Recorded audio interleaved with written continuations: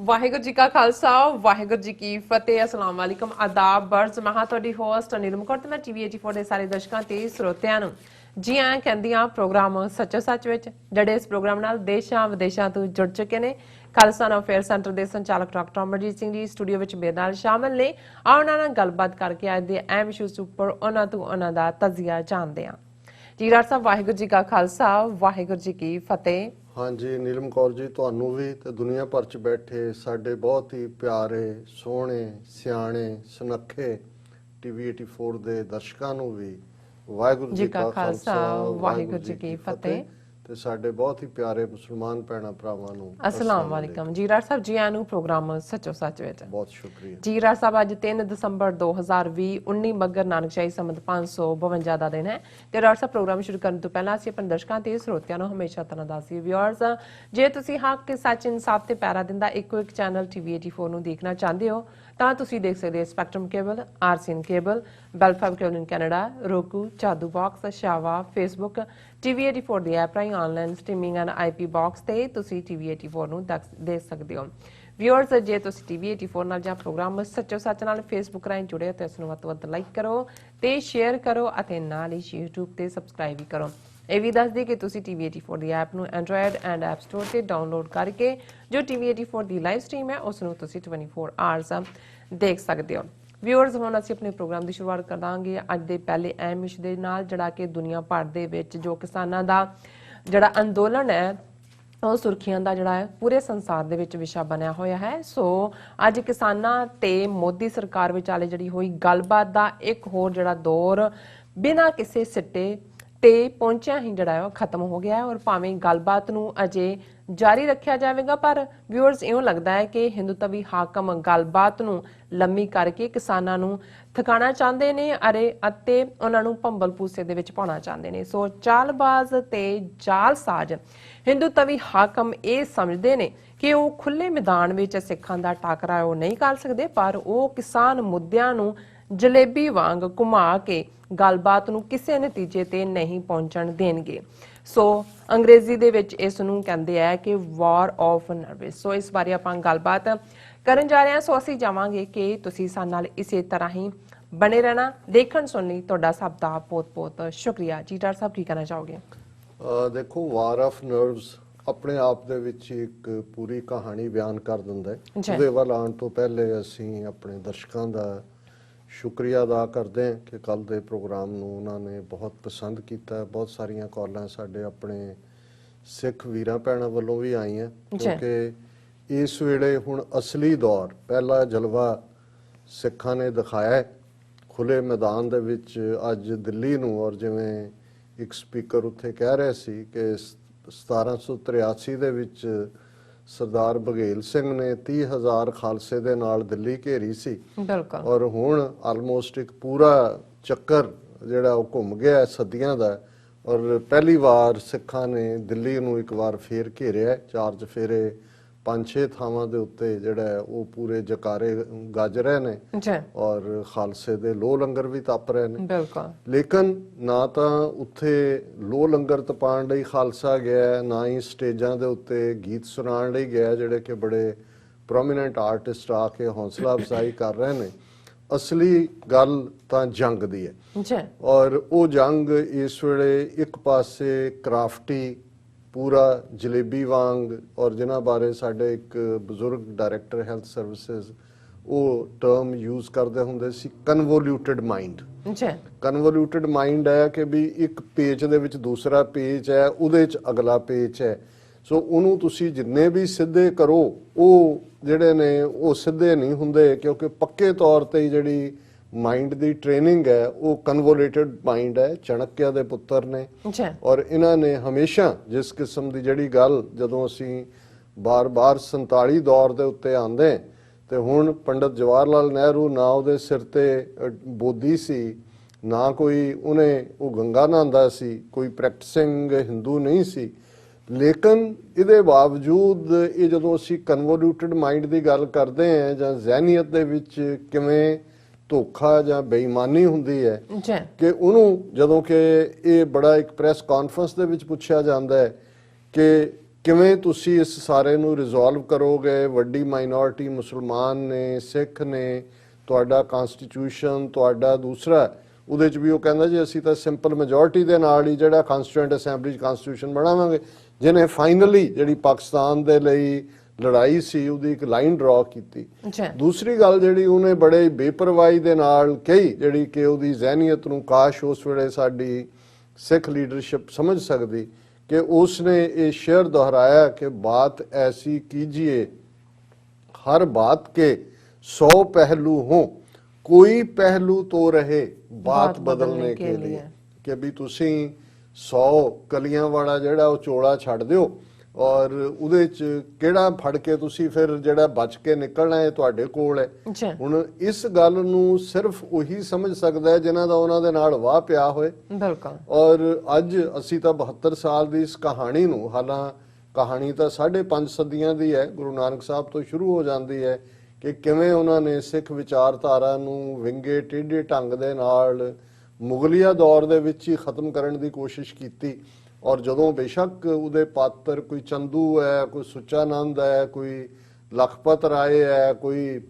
ਹੋਰ ਉਹਨਾਂ ਦੇ ਨਾਂ ਨੇ, ਜਸਪਤ ਰਾਏ ਹੈ, ਔਰ ਅੱਜ ਤੱਕ ਪਹੁੰਚਦੇ ਆ ਇੰਦਰਾ ਗਾਂਧੀ ਤੋਂ ਨਰਿੰਦਰ ਮੋਦੀ ਤੱਕ ਹੈ। ਪਰ ਇਹਦੇ ਪਿੱਛੇ ਲੁਕੀ ਹੋਈ ਜ਼ਹਿਨੀਅਤ ਉਹੀ ਹੈ ਕਿ ਔਰ ਜਿਹੜੀ ਮਾਰ ਅਸੀਂ ਹਮੇਸ਼ਾ ਖਾਂਦੇ ਰਹੇ ਹਾਂ ਬੀਤੇ 'ਚ ਵੀ, ਔਰ ਜਿਹੜਾ ਅੱਜ ਦੌਰ ਹੈ ਜਦੋਂ ਅਸੀਂ ਇਹ ਕਹਿ ਰਹੇ ਹਾਂ ਕਿ ਵੀ ਉਹ ਥਕਾਣਾ ਚਾਹੁੰਦੇ ਨੇ, ਭੰਬਲ ਭੂਸੇ 'ਚ ਪਾਉਣਾ ਚਾਹੁੰਦੇ ਨੇ, वार ऑफ नर्व्स है, क्योंकि इन्हां दे अंदर बिल्ट इन है मुंह में राम राम बगल में छुरी, कि भई ये जिहड़ी इन्हां दी छुरी है ये कदों चलनी है। तुसी तां देख रहे हो कि जी पंडित जी राम राम कर रहे ने, ये तो बड़े भगत ने और बड़ा दूसरा है। और मैं इस दे उत्ते अज बड़ा एक रेलेवेंट जिहड़े एक शेयर है बाबा नज़मी, पाकिस्तान दे बड़े प्रोमिनेंट पंजाबी दे शायर ने, गज वज के गल करते हैं और हर जिहड़ी खास तौर ते स्ट्रगल है उन्हां दे विच उन्हां दा शेयर कोट किया जा सकता है। और उन्हां दा ये शेयर है, बदल गईयां ने शक्लां राग पुराने ने, सदे सिर्फ नवें ने काग पुराने ने। बदल गईयां ने शक्लां राग पुराने ने, सदे सिर्फ नवें ने काग पुराने ने। नवी पार्टी वेख के विसर जावी ना, नवी पार्टी वेख के विसर जावी ना, बीना दे सुर दस दे नाग पुराने ने। हुण तुसी सुर तो अंदाजा ला सकते हो बीन दे के भी ये पुराना ही नाग है, कोई नवीं धिर बन के आ गया, तुहानू लगे कि नहीं ये नहीं उन्हां च ये बैठा है वो बैठा है। सो मैं समझदा है भी ये एक इन्नी खूबसूरत रचना है जिहड़ी ये गल असीं अपने उत्थों दे वीरां तक भी पहुंचा रहे हैं नज़मी साहब राहीं कि बई नवीं पार्टी वेख के विसर जावी ना, बीना दे सुर दसदे नाग पुराने ने। और ये ठीक है कि इस वेले अपबीट स्पिरिट है सिख कौम दे विच। 4 चफेरे प्रोटेस्ट रैलीज हो रही हैं, असी New York, Toronto, Vancouver, California truck rallies देखी हैं। और साडे वीर मनवीर सिंह जिहड़े TV 84 दे ब्यूरो चीफ ने कैनेडा चैप्टर दे, उन्होंने सानू इन्फॉर्म किया कि कल पंजाब किसान कार रैली, जिस रैली का उन्होंने नाम दिता है, ये 1 बजे तो 3 बजे तक इंडियन एम्बैसी ऑटवा दे बाहर इसका उन्होंने आयोजन किया, इसनूं प्लान किया। और इस दे विच प्रमुख तौर पर जोत प्रकाश गुरु घर ब्रैम्पटन, गुरुद्वारा गुरु नानक दरबार लासैल, गुरुद्वारा गुरु नानक दरबार दरबार पार्क है। और इन्हां दे जिहड़े थल्ले स्पॉन्सर्स च होर भी ओंटारियो गुरुद्वारा कमेटी, श्रोमणी Akali Dal Amritsar youth wing, Sikh vision, ये सारे ने। और इस तरह जिहड़ा जिस आने वाले दिनों होर भी एडवरटाइज किया जाएगा। अज ही वीर हिम्मत सिंह होरां ने दस्सिया कि बहुत वड्डी कार रैली जिहड़ी आउंदे सैटरडे दोपहरे 11 तो 1-2 बजे तक हो रही है, जिहदे सैकड़ियां की गिणती च कारां गड्डियां उही कौंसलेट के दुआले और फिर मुकाम के उत्ते जाके कौंसलेट के सामने जोरदार प्रोटेस्ट भी होएगा। हुण तां इन्ने प्रोग्राम 4 चफेरे हो रहे हैं और जिहड़ा रोज़ 4 चफेरे है ये रिमार्केबल है। और ये सारे दे विच ਮੈਂ ਇਹ ਵੀ ਦੱਸਦੇ ਹਾਂ ਕਿ ਜਿੱਥੇ ਅਸੀਂ ਦੇਖਿਆ ਵੀ ਕਿਵੇਂ ਕੈਨੇਡਾ ਦੇ ਪ੍ਰਾਈਮ ਮਿਨਿਸਟਰ ਲੈਵਲ ਤੇ ਆਵਾਜ਼ ਉੱਠੀ ਹੈ, ਮਿਨਿਸਟਰ ਨੇ ਤਾਂ ਉਠਾਈ ਹੈ। ਅੱਜ ਇੰਗਲੈਂਡ ਦੇ ਹਾਊਸ ਆਫ ਲਾਰਡਸ ਦੇ ਵਿੱਚ, ਇੰਗਲੈਂਡ ਦੇ ਵਿੱਚ ਇੱਕ ਜਿਹੜਾ ਹਾਊਸ ਆਫ ਕਾਮਨਸ ਹੈ ਔਰ ਇੱਕ ਹਾਊਸ ਆਫ ਲਾਰਡਸ ਹੈ, ਉਹਦੇ ਵਿੱਚ ਕਿਉਂਕਿ ਲਾਰਡ ਪਰਮਾਨੈਂਟ ਹੁੰਦੇ ਨੇ ਤਹਿ ਜ਼ਿੰਦਗੀ ਅੰਟਿਲ ਅਨਲੈਸ ਉਹ ਕਿਸੇ ਐਥਿਕਸ ਦੇ ਮੁੱਦੇ ਤੇ ਜਾਂ ਸਿਹਤ ਕਾਰਨਾਂ ਕਰਕੇ ਰਿਜ਼ਾਈਨ ਨਾ ਕਰਨ ਜਾਂ ਰਿਜ਼ਾਈਨ ਨਾ ਕਰਵਾਇਆ ਜਾਏ। ਉਹਦੇ ਵਿੱਚ ਲਾਰਡ ਇੰਦਰਜੀਤ ਸਿੰਘ ਉਹਨਾਂ ਨੇ ਅੱਜ ਜਿਹੜੇ ਉੱਥੇ ਮਿਨਿਸਟਰ ਨੇ ਜਦੋਂ ਉਹ ਹਾਊਸ ਆਫ ਲਾਰਡ 'ਚ ਐਡਰੈਸ ਕਰ ਰਹੇ ਸੀ, ਬੌਰਨਸ ਡੀ ਸੂਜ਼ਾ, ਉਹਨਾਂ ਨੇ ਚੈਲੰਜ ਕੀਤਾ। ਉਹਨਾਂ ਨੇ ਕਿਹਾ ਜੀ ਕਿ ਜਿਹੜੇ ਦੁਨੀਆ ਦੇ 10 ਲੋਕਤੰਤਰ ਜਾਂ ਜਮਹੂਰੀਅਤਾਂ ਡੈਮੋਕ੍ਰੇਸੀਜ਼ ਗਣਾਈਆਂ ਜਾਂਦੀਆਂ ਉਹਨਾਂ 'ਚ ਭਾਰਤ ਨੂੰ ਵੀ ਤੁਸੀਂ ਗਿਣਦੇ ਹੋ, ਪਰ ਇਹ ਦੱਸੋ, ਉਹਨਾਂ ਨੇ ਸਵਾਲ ਜਵਾਬ ਸੈਸ਼ਨ ਦੇ ਕਿਹਾ ਕਿ ਵੀ ਅੱਜ ਪੰਜਾਬ ਦੇ ਕਿਸਾਨਾਂ ਨੂੰ ਉਹਨਾਂ ਦੇ ਆਪਣੇ ਹੀ ਖੇਤਾਂ 'ਚ ਬੌਂਡਡ ਲੇਬਰਸ ਬਣਾਇਆ ਜਾ ਰਿਹਾ, ਜਿਹਨੂੰ ਅਸੀਂ ਪੰਜਾਬੀ 'ਚ ਬੰਧੂਆ ਮਜ਼ਦੂਰ ਕਹਿੰਦੇ। ਔਰ ਉਹਨਾਂ ਨੇ ਕਿਹਾ ਵੀ ਕਿਵੇਂ ਜੇ ਇਹ ਅੱਜ ਸਿਚੁਏਸ਼ਨ ਹੈ ਤੇ ਭਾਰਤ ਨੂੰ ਕਿਵੇਂ 10 ਵੱਡੀਆਂ ਜਮਹੂਰੀਅਤਾਂ 'ਚ ਮੰਨਿਆ ਜਾ ਸਕਦਾ ਹੈ। ਫਿਰ ਲਾਰਡ ਸਿੰਘ ਨੇ ਕਿਹਾ ਕਿ ਲੱਖਾਂ ਮੁਸਲਮਾਨਾਂ ਨੂੰ ਦੂਸਰੇ ਦਰਜੇ ਦੇ ਸ਼ਹਿਰੀ ਬਣਾਉਣ ਵਾਲੇ ਮੋਦੀ ਸਰਕਾਰ ਦੇ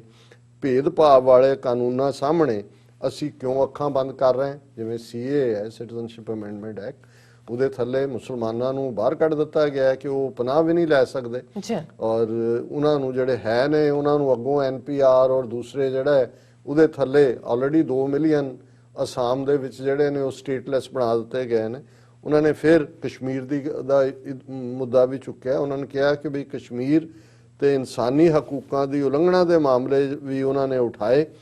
ਤੇ ਉਹਨਾਂ ਨੇ ਲਾਰਡ ਇੰਦਰਜੀਤ ਸਿੰਘ ਨੇ ਕਿਹਾ ਕਿ ਜਿਹੜਾ ਦੇਸ਼ ਅਕਲੀਤਾਂ ਦੇ ਇਨਸਾਨੀ ਹਕੂਕਾਂ ਨੂੰ ਅਣਦੇਖਿਆ ਕਰਦਾ ਹੈ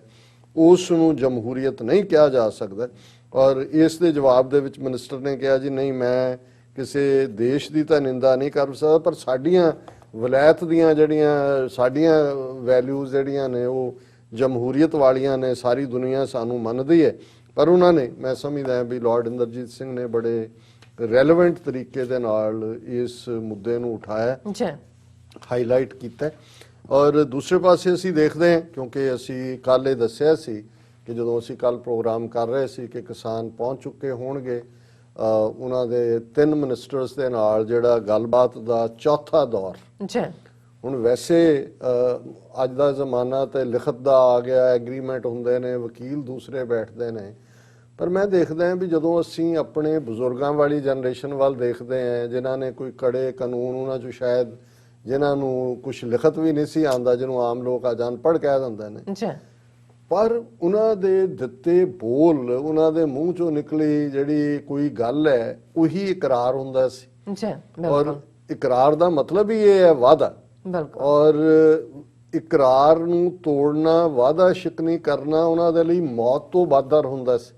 ਔਰ ਕਈ ਮਾਮਲਿਆਂ 'ਚ ਇਹੀ ਨਹੀਂ ਕਿ ਵੀ ਉਹਨਾਂ ਨੇ ਸੱਥ 'ਚ ਬਹਿ ਕੇ ਜਾਂ ਪਰੇ 'ਚ ਬਹਿ ਕੇ ਕੋਈ ਗੱਲ ਕਹੀ। ਬਹੁਤ ਵਾਰ ਘਰਾਂ ਦੇ ਮਾਮਲਿਆਂ 'ਚ ਜੇ ਤੁਸੀਂ 2 ਜਨਰੇਸ਼ਨਾਂ ਪਹਿਲਾਂ ਦੇਖੋ ਕਿ ਕੋਈ ਕਿਤੇ ਗਏ, ਉਹਨਾਂ ਦੇ ਪਰਿਵਾਰ ਨੂੰ ਕਹਿ ਆਏ ਜੀ ਤੁਹਾਡੀ ਬੱਚੀ ਹੁਣ ਸਾਡੀ ਬੱਚੀ ਹੈ, ਭਾਵੇਂ ਉਹ ਅਜੇ ਛੋਟੇ ਹੁੰਦੇ ਸੀ, ਨਿਆਣੇ ਹੀ ਨੇ, 2-2 4-4 ਸਾਲ ਦੀ ਉਹਨਾਂ ਦੀ ਉਮਰ ਵਾਲੇ,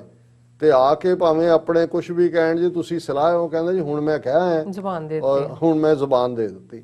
ਸੋ ਗੱਲ ਤਾਂ ਅਲਟੀਮੇਟਲੀ ਜੇ ਦੇਖੀਏ ਤਾਂ ਜ਼ੁਬਾਨ ਦੀ ਹੈ। ਤੇ ਜਿਹੜੇ ਮੁੱਕਰਦੇ ਨੇ ਉਹ ਲਿਖ ਕੇ ਵੀ ਮੁੱਕਰਦੇ ਨੇ। ਹੁਣ ਸਾਡੇ ਅਜੇ ਕਈ ਨੇ ਕਿ ਜੀ ਹੁਣ ਇਹ ਕਿਸਾਨਾਂ ਦੀ ਗੱਲ ਹੈ, ਇਹ ਜਿਹੜਾ ਮਿਨੀਮਮ ਸਪੋਰਟ ਪ੍ਰਾਈਸ ਹੈ, ਔਰ ਦੂਸਰਾ ਜੇ ਉਹ ਕਹੇ ਵੀ ਹੁਣ ਲਿਖਵਾ ਲੈਣਾ ਚਾਹੀਦਾ ਹੈ, ਜੇ ਕਾਨੂੰਨ ਵੀ ਬਣਾਉਣਾ ਪੈਂਦਾ ਹੈ, ਤੇ ਮੇਰਾ ਇਹ ਕਹਿਣਾ ਹੁੰਦਾ ਹੈ ਕਿ ਵੀ ਆਰਟੀਕਲ 370 ਲਿਖਿਆ ਨਹੀਂ ਸੀ ਹੋਇਆ ਭਾਰਤੀ ਆਇਨ 'ਚ, 35A ਨਹੀਂ ਸੀ ਲਿਖਿਆ ਹੋਇਆ। ਕੀ ਇਕਰਾਰ ਇਹਨਾਂ ਨੇ ਐਸਾ ਕਿਹੜਾ ਜਿਹੜਾ ਇਹਨਾਂ ਨੇ ਤੋੜਿਆ ਨਹੀਂ ਹੈ? ਔਰ ਜੇ ਮੈਂ ਇਹਨੂੰ ਹੋਰ ਅੱਗੋਂ ਜਾ ਕੇ ਕਹਾਂ ਕਿ ਸਮਝੌਤੇ ਤਾਂ ਕੀਤੇ ਹੀ ਤੋੜਨ ਲਈ ਜਾਂਦੇ ਨੇ, ਨੋ ਡਾਊਟ, ਨਹੀਂ ਤਾਂ ਜਦੋਂ ਤੁਸੀਂ ਕੋਈ ਕਹਿ ਦਿੰਦੇ ਹੋ ਉਹ ਆਪਣੇ ਆਪ ਦੇ ਵਿੱਚ ਹੀ ਕਾਫੀ ਹੁੰਦਾ। ਬਾਕੀ ਜਦੋਂ ਜਿਹਨੇ ਮੁੱਕਰਨੇ, ਔਰ ਪੰਜਾਬੀ 'ਚ ਕਹਿੰਦੇ ਨੇ ਕਿ ਬਈ ਮਰ ਗਏ ਤੇ ਮੁੱਕਰ ਗਏ ਦਾ ਕੀ ਹੈ, ਬਿਲਕੁਲ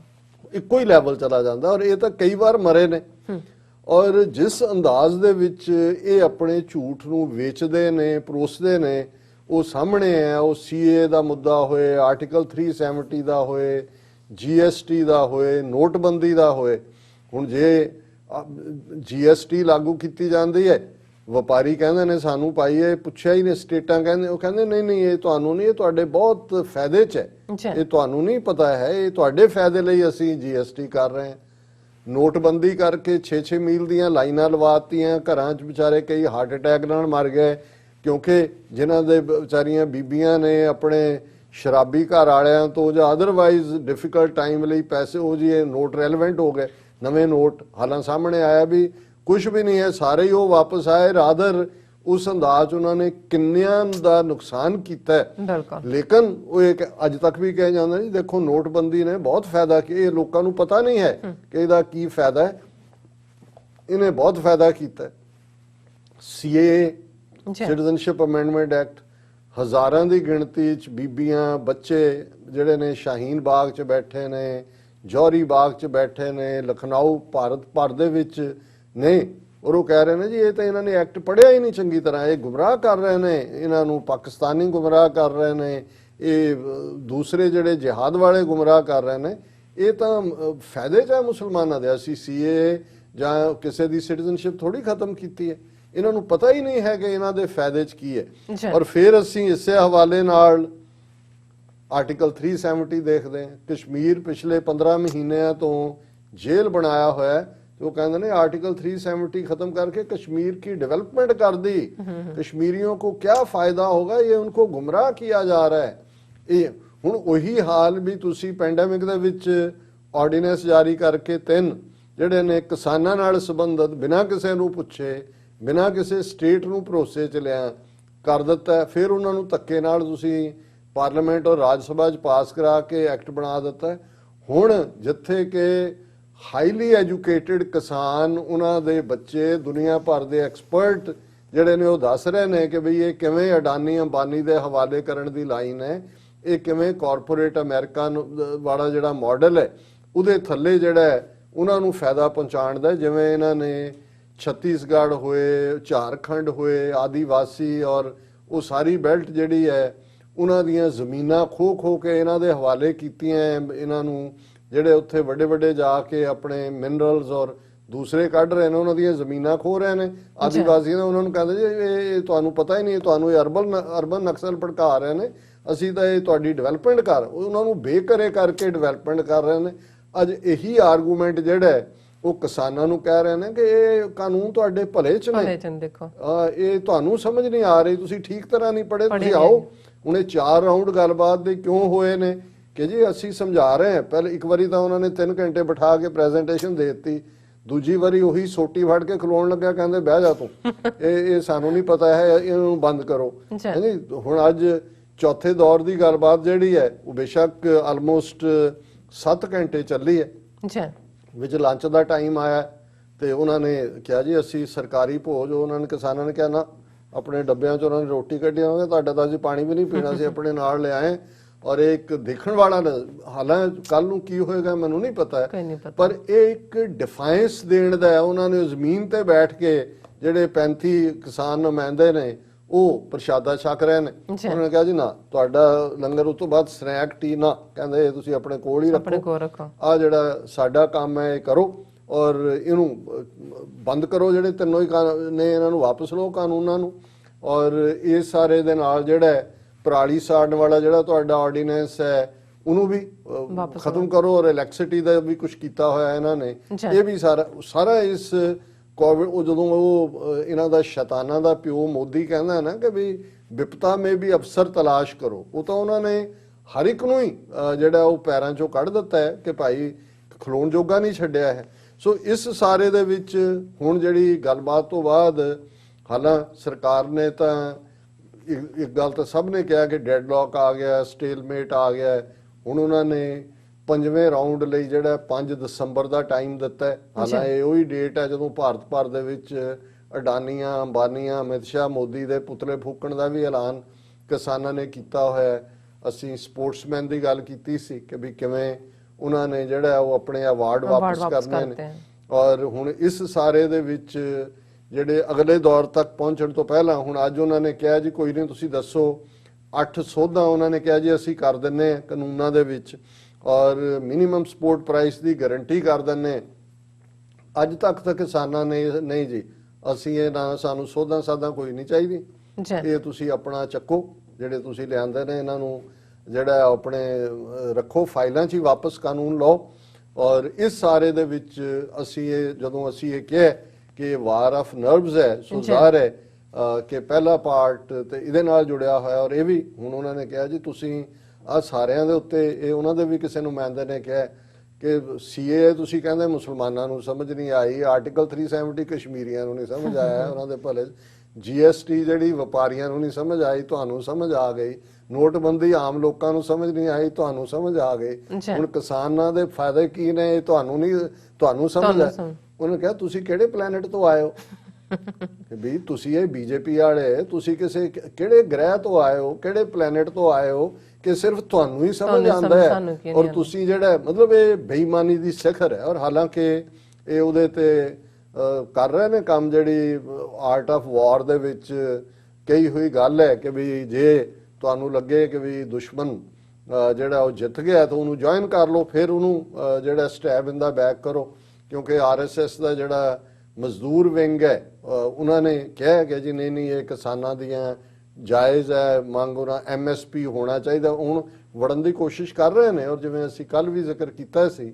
ਹਾਲਾਂ ਸਾਡੇ ਇੱਕ ਦੋ ਵੀਰਾਂ ਦਾ ਇਹ ਕਹਿਣਾ ਹੈ ਕਿ ਜੀ ਦੇਖੋ ਮਤਲਬ ਇਹ ਸਾਡਾ ਸੰਘਰਸ਼ ਹੁਣ ਫੈਲ ਰਿਹਾ ਹੈ ਔਰ ਰਾਜਸਥਾਨ ਦੇ ਵਿੱਚ ਵੀ ਜਿਹੜਾ ਉਹ ਜਿਹੜੇ ਕਿਸਾਨ ਆਏ ਨੇ ਜਾਂ ਕੋਈ ਹੋਰ ਸਟੇਟਾਂ ਦੇ, ਉਹਨਾਂ ਨੇ ਕਿਹਾ ਕਿ ਜੀ ਜੇ ਇਹ ਇਹਨਾਂ ਨੇ ਇਵੇਂ ਹੀ ਕਰਨਾ ਹੈ ਤੇ ਔਰ ਇਹ ਤਾਂ ਜਿਵੇਂ ਸਿੱਖ ਨੇ ਔਰ ਕਿਸਾਨ ਇੰਨੇ ਚੰਗੇ ਨੇ, ਅਸੀਂ ਵੀ ਖਾਲਿਸਤਾਨੀ ਹੈ। ਸੋ ਬਹੁਤਿਆਂ ਨੂੰ ਇਹ ਵੀ ਲੱਗਣ ਲੱਗ ਪਿਆ ਕਿ ਵੀ ਇਹ ਜਿਹੜੀ ਖਾਲਿਸਤਾਨ ਦੀ ਗੱਲ ਹੈ ਇਹ ਸਾਰਿਆਂ ਨੂੰ ਸਮਝ ਆਉਣ ਲੱਗੀ। ਠੀਕ ਹੈ, ਇੰਡੀਵਿਜੂਅਲ ਅਲਟੀਮੇਟਲੀ ਸਾਡੇ ਇੱਕ ਬੜੇ ਹੀ ਸੁਹਿਰਦ ਵੀਰ ਨੇ ਨਿਊਯਾਰਕ ਤੋਂ, ਮੈਂ ਉਹਨਾਂ ਦਾ ਨਾਂ ਨਹੀਂ ਲਵਾਂਗਾ, ਉਹਨਾਂ ਨੇ ਸਗੋਂ ਕਾਲ ਕਰਕੇ ਮੈਨੂੰ ਕਿਹਾ ਕਿ ਵੀ ਇਹ ਉਹ ਟਾਈਮ ਹੈ ਕਿ ਵੀ ਜਿਹੜੀ ਸਿੱਖਾਂ ਦੀ ਗਲੋਰੀ ਹੈ, ਖਾਸ ਤੌਰ ਤੇ ਬਾਬਾ ਬੰਦਾ ਸਿੰਘ ਬਹਾਦਰ ਇੱਕ ਨਾਇਕ ਦੇ ਤੌਰ ਤੇ ਇਸ ਸਾਰੇ 'ਚ ਉਭਾਰਨਾ ਚਾਹੀਦਾ ਉਹਨਾਂ ਨੂੰ, ਕਿਉਂਕਿ 1710 ਦੇ ਵਿੱਚ ਪਹਿਲਾ ਜਿਹੜਾ ਰਾਜ ਐਸਟੈਬਲਿਸ਼ ਹੁੰਦਾ ਹੈ ਫਤਿਹਗੜ੍ਹ ਸਾਹਿਬ ਦੀ ਧਰਤੀ ਤੇ, ਜਿਸ ਨੂੰ ਗੁਰੂ ਨਾਨਕ ਗੁਰੂ ਗੋਬਿੰਦ ਸਿੰਘ ਸਾਹਿਬ ਦੇ ਨਾਂ ਨੂੰ ਸਮਰਪਿਤ ਕੀਤਾ ਜਾਂਦਾ ਹੈ, ਜਦੋਂ ਕਿ ਉਸ ਦੇ ਵਿੱਚ ਇਹ ਬੜੀ ਦੇਗ ਹੋ ਤੇਗ ਹੋ ਫਤਿਹ ਹੋ ਨੁਸਰਤ ਬੇਦਰੰਗ ਯਾਫਤ ਅਜ਼ ਨਾਨਕ ਗੁਰੂ ਗੋਬਿੰਦ ਸਿੰਘ। ਔਰ ਇਹ ਦੇਗ ਤੇ ਫਤਿਹ ਦੇ ਨਾਰੇ ਉਸ ਕਿਸਾਨ ਰੈਲੀਆਂ ਦੇ ਵਿੱਚ ਵੀ ਵੱਜ ਰਹੇ ਨੇ। ਦੇਗ ਇਕਨੋਮਿਕਲ ਪ੍ਰੋਸਪੈਰਿਟੀ ਹੈ ਔਰ ਸੱਚਮੁੱਚ ਜਿਵੇਂ ਉਹ ਲੰਗਰ ਹੈ। ਔਰ ਜਦੋਂ ਉਹਨਾਂ ਨੇ ਕਿਸਾਨਾਂ ਨੂੰ ਕਿਹਾ ਕਿ ਵੀ ਇਹ ਤਾਂ ਉਹਨਾਂ ਨੇ ਕਿਹਾ ਜੀ ਨਹੀਂ ਤੁਸੀਂ ਸਾਡੇ ਆਓ, ਤੁਹਾਨੂੰ ਅਸੀਂ ਖੀਰ ਵੀ ਖਵਾਵਾਂਗੇ, ਜਲੇਬੀਆਂ ਵੀ ਖਵਾਵਾਂਗੇ, ਸਾਡਾ ਲੰਗਰ ਹੈ ਉਹ ਉੱਥੇ ਹੀ ਹੈ, ਉਹ ਗੁਰੂ ਦਾ ਲੰਗਰ, ਔਰ ਉਵੇਂ ਹੀ ਉਹ ਅਰਦਾਸਾਂ ਸੋਧ ਕੇ ਜਿਵੇਂ ਵਰਤੋਂਦੇ ਨੇ। ਸੋ ਮੈਂ ਸਮਝਦਾ ਵੀ ਇਹ ਪਹਿਲੀ ਗੱਲ ਸੀ ਕਿ ਇਕਨੋਮਿਕਲ ਪ੍ਰੋਸਪੈਰਿਟੀ ਦੀ ਗਾਰੰਟੀ ਕਰਨਾ, ਔਰ ਉਹਦਾ ਪਹਿਲਾ ਸਟੈਪ ਸੀ, ਪਹਿਲਾ ਆਰਡੀਨੈਂਸ ਸੀ 1710 ਦੇ ਵਿੱਚ ਕਿ ਜ਼ਮੀਨ ਵਾਹੁਣ ਵਾਲਾ, ਜਿਹਨੂੰ ਹਲ ਵਾਹਕ ਕਹਿੰਦੇ ਸੀ, ਉਹ ਜ਼ਮੀਨ ਦਾ ਮਾਲਕ ਹੈ, ਕਿ tiller of the land is the owner of the land. ਔਰ ਇਹ ਉਹ ਸਦੀਆਂ ਤੋਂ ਐਸਟੈਬਲਿਸ਼ ਜਿਹੜਾ ਜ਼ਿਮੀਂਦਾਰਾ ਸਿਸਟਮ ਸੀ ਉਸ ਦਾ ਲੱਕ ਤੋੜਨਾ ਸੀ। ਹਾਲਾਂ ਥੋੜ੍ਹਾ ਚਿਰ ਰਾਜ ਸੀ ਉਹ 8-10 ਸਾਲ, ਫਿਰ ਸ਼ੁਰੂ ਹੋਏ ਜ਼ੁਲਮਾਂ ਦੀ ਕਹਾਣੀ, ਇੱਕ ਸਦੀ ਚੱਲਿਆ। ਪਰ ਅੱਜ ਜਦੋਂ ਅਸੀਂ ਦੇਖ ਰਹੇ ਹਾਂ ਕਿ 310 ਸਾਲ ਬਾਅਦ ਉਹੀ ਕਹਾਣੀ ਜਿਹਨਾਂ ਹਲ ਵਾਕਾਂ ਨੂੰ, ਔਰ ਇਸ ਗੱਲ ਦਾ ਧਿਆਨ ਰਹੇ ਜੇ ਅਸੀਂ ਮੈਪ ਦੇਖੀਏ ਕਿ ਬਾਬਾ ਬੰਦਾ ਸਿੰਘ ਬਹਾਦਰ 1708 ਦੇ ਵਿੱਚ ਹਜ਼ੂਰ ਸਾਹਿਬ ਤੋਂ 10ਵੇਂ ਪਾਤਸ਼ਾਹ ਉਹਨਾਂ ਨੂੰ ਤੋਰਦੇ ਨੇ, 5 ਤੀਰਾਂ ਦੀ ਬਖਸ਼ਿਸ਼ ਕਰਕੇ, 5 ਸਿੱਖਾਂ ਦੀ ਕੌਂਸਲ, ਔਰ ਉਹ ਇਹ ਫਾਈਨਲ ਸਰਹੰਦ ਦੀ ਜੰਗ ਜਿਹੜੀ ਚਾਪੜਚਿੜੀ ਦੇ ਮੈਦਾਨ 'ਚ ਹੁੰਦੀ ਹੈ, 2 ਸਾਲ ਦਾ ਪੀਰੀਅਡ ਵਿਚਾਲੇ। ਹੁਣ 2 ਸਾਲ ਬੰਦਾ ਸਿੰਘ ਬਹਾਦਰ ਕਿਤੇ ਲੁੱਕ ਕੇ ਨਹੀਂ ਬੈਠਾ ਹੈ, ਉਹ ਜਦੋਂ ਤੁਰੇ ਨੇ ਔਰ